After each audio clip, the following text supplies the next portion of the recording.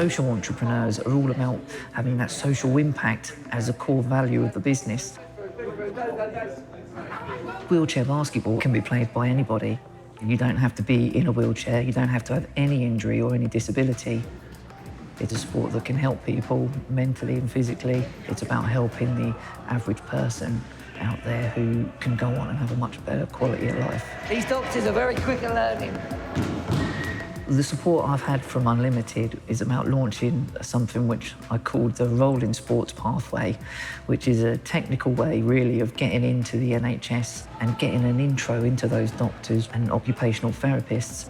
It was good to get some financial support, but also it brands you as a social entrepreneur and it adds a bit of credibility and weight to anything that I put in front of potential funders, potential sponsors, people who want to get involved. If I can teach one person wheelchair basketball, then I only help one person. But if I can teach one GP or a PE teacher wheelchair basketball, and they can reach 40, 50 people throughout their career, and they'll always have the knowledge of the sport they played. My name's Rebecca Luff. I'm an award manager for Unlimited, and I'm working in Brighton specifically on our Resilient Communities programme. So I find, fund and support social entrepreneurs. Knowing that it's a less affluent area of a very affluent city, we know that there are people in these communities who have noticed some problems and have some ideas for how to solve them.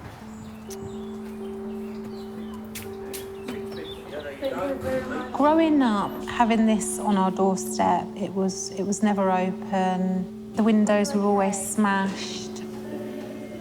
That's when the local community suffered, really, because their space wasn't being utilised to its full potential. Good. So, how many have we got today? It's a bit of a miserable old day today. Just have to make do with what we've got. Is it cold in here? Would you like me to put the heating on? Because the Manor is here in the centre of this community, we're now the centre for some of these social entrepreneurs who know Tanya, who know the Manor, who feel comfortable dropping in for cups of tea. And naturally, they're talking to one another and starting to support one another's ventures, which is brilliant to see. So we're going to be treating patients with limited mobility. Really looking forward to that. Is that the local GP's clinic? Yeah, that's right. Oh, that's great. From just coming in here a couple of years ago, just giving me your to start up your massage. Yeah, that's true. And now you're working alongside the Wellesbourne Healthcare Centre. It's a massive step, isn't it? Yeah, that's true. It's lovely. It's all like a big family. Through that network, it's nice to have someone who's done a similar thing, sharing ideas and what worked and what didn't work. And the more people come in and join us, then they feel that they're part of that community. Just cock in, cock out. Keith Turner is a great example of somebody that we've supported to grow his one-man massage business. He's now going to be providing services to the GP's practice to help people in withdrawal from opiate addiction. Massage therapy can be expensive, and yet it can benefit many, many people. So I don't want the cost of it to be a barrier to people. And I'd like that to become more mainstream. So that's why I want to run a social enterprise. Hi there. Are you here for the wheelchair basketball? Yeah. Nice to meet you. My name's Ricky. Oh, hi, Ricky. I'm Johan. Are you from the Wellesbourne Health Centre? Yeah, I'm one of the GPs there. Oh, brilliant. OK, fantastic. When you finish the session, when you meet people that have got disabilities or CP or amputees, you'll be able to signpost them into the sport a bit better by actually having an experience of having a go yourself.